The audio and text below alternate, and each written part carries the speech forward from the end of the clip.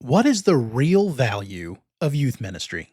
Our guest will tell us all about that here in just a bit. Welcome to the show. I'm Daniel Daup, and this is For Your Sunday Morning Drive, the short podcast with the goal of providing some motivation, drive, and encouragement, and helping you recenter your mind on those spiritual things on a Sunday morning just like this, or whenever you listen. Our guest today is Josh Wade. Josh is the youth minister at the 9th Avenue Church of Christ in Haleyville, Alabama. He's worked with Western Kentucky Youth Camp for several summers as an intern, and when I asked if there was anything special I could share with you today, Josh specifically called out both Western Kentucky Youth Camp and Maywood Christian Camp as great places to send your kids. I really appreciate Josh for taking some time out of his busy summer to contribute to the show. As you're about to hear, he did a fantastic job with his episode. It's my prayer for you today that you listen to his heart as it comes through his words. And if you maybe have been critical of youth ministry in the past, I hope you take some time to reevaluate. Josh,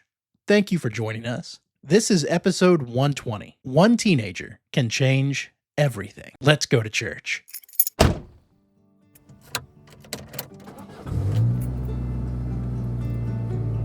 Are we there yet?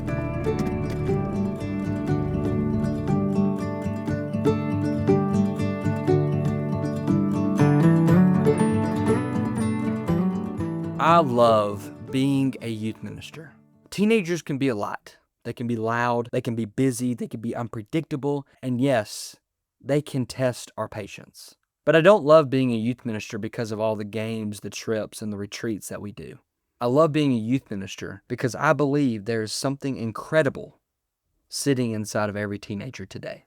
The next generation of elders, preachers, Bible class teachers, missionaries, faithful moms and dads, they are all sitting in our youth rooms today. And if we can help them develop a faith that is real while they're young, there's no telling what God can do through them for decades to come. One of my biggest concerns about Christianity is that it becomes so easy to settle for being spiritually average. We convince ourselves that if we go to worship, we go to Bible class, we read a verse or two during the week, and try to avoid the really big sins, then we're doing okay.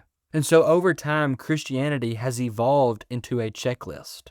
But Jesus never called us to a checklist. He says, I want you to deny yourself, take up your cross, and follow me. He never intended Christianity to be a performance where we simply act the part of a Christian. He intended being a Christian to completely transform our hearts. Romans chapter 12 and verse 2 says, do not be conformed to this world, but be transformed by the renewing of your mind. Transformation changes how we think. It changes what we do. It changes what we pursue, what we love, and who we become. Jesus tells the church of Laodicea in Revelation chapter 3, I know your works. You are neither cold nor hot. He's talking to a group of people who had become comfortable. People who were religious enough to keep showing up, but not passionate enough to truly live for Him. And if we're honest, that's one of the greatest dangers facing Christians today. It's comfort. It's easy to become satisfied with the phrase, that's good enough. That's one of the reasons I love being a youth minister so much. Teenagers are at a stage in their life where their faith is still being shaped. That means that every conversation that we have with them has to be intentional. Every Bible class, bus ride, devotional, campfire, youth rally, service project, every conversation matters. Those moments may seem ordinary, but often those are the moments where God is doing extraordinary things. I can honestly say that youth ministry shaped my life. My dad was my youth minister, so I've been around it my entire life. But it wasn't just because he was my youth minister. It was the youth group. It was seeing older Christians and other teenagers who weren't perfect, but genuinely loved and wanted to follow Jesus Christ. Those experiences showed me that Christianity wasn't just something you did on a Sunday. It became who you are. And that's exactly what I want to help create for the next generation. I don't expect every teenager I work with to become a full-time minister. But I do hope they become Christians whose faith is real. Christians who love Jesus enough that it changes the way that they date, the way that they talk, how they treat people, how they raise their future families, and how they serve in His church.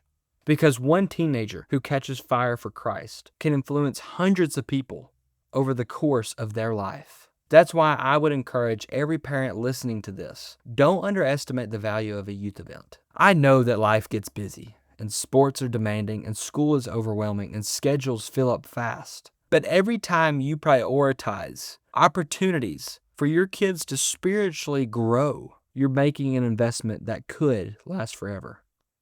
Sometimes parents ask me, is that youth trip really worth it? And I would answer it with another question. What if that's the weekend that your son finally decides to make his faith his own? What if that's the retreat where your daughter realizes that she's not alone in her struggles? What if that's the camp where a conversation with a counselor changes the direction of their life? You simply never know. Some of the biggest spiritual decisions people make happen away from home, surrounded by other Christians, studying God's Word together. Those moments matter. At the end of the day, youth ministry isn't about keeping teenagers entertained. It's about making disciples. It's about helping them discover that following Jesus isn't a checklist to complete. It's a life to surrender. My prayer is that our churches never settle for producing lukewarm Christians. Instead, I pray that we raise young people up whose faith is genuine, who love Christ and their love for Christ is contagious, and whose lives point others to Him. Because when one young person, catches fire for Jesus, there is no telling how many lives they may impact for the kingdom. That is why I love being a youth minister. Josh shared some fantastic thoughts today. Now, it's time to talk about them. Our discussion questions for this week are, who invested in your faith when you were younger? And how did they impact your life? Parents, do we take our kids' involvement in youth ministry less seriously than the secular things in life? And how can our congregation better encourage and invest in the next generation of Christians? Oh, and here's Evelyn with this week's kids question. Who is someone that has helped you learn more about Jesus? And what have they taught you? Hey, thanks for listening. Thanks for taking time out of your week to listen to us. Get your kids involved. It'll make a world of difference to their faith. Let's work for Jesus and change the world together. Keep up the work. I'll see you Sunday.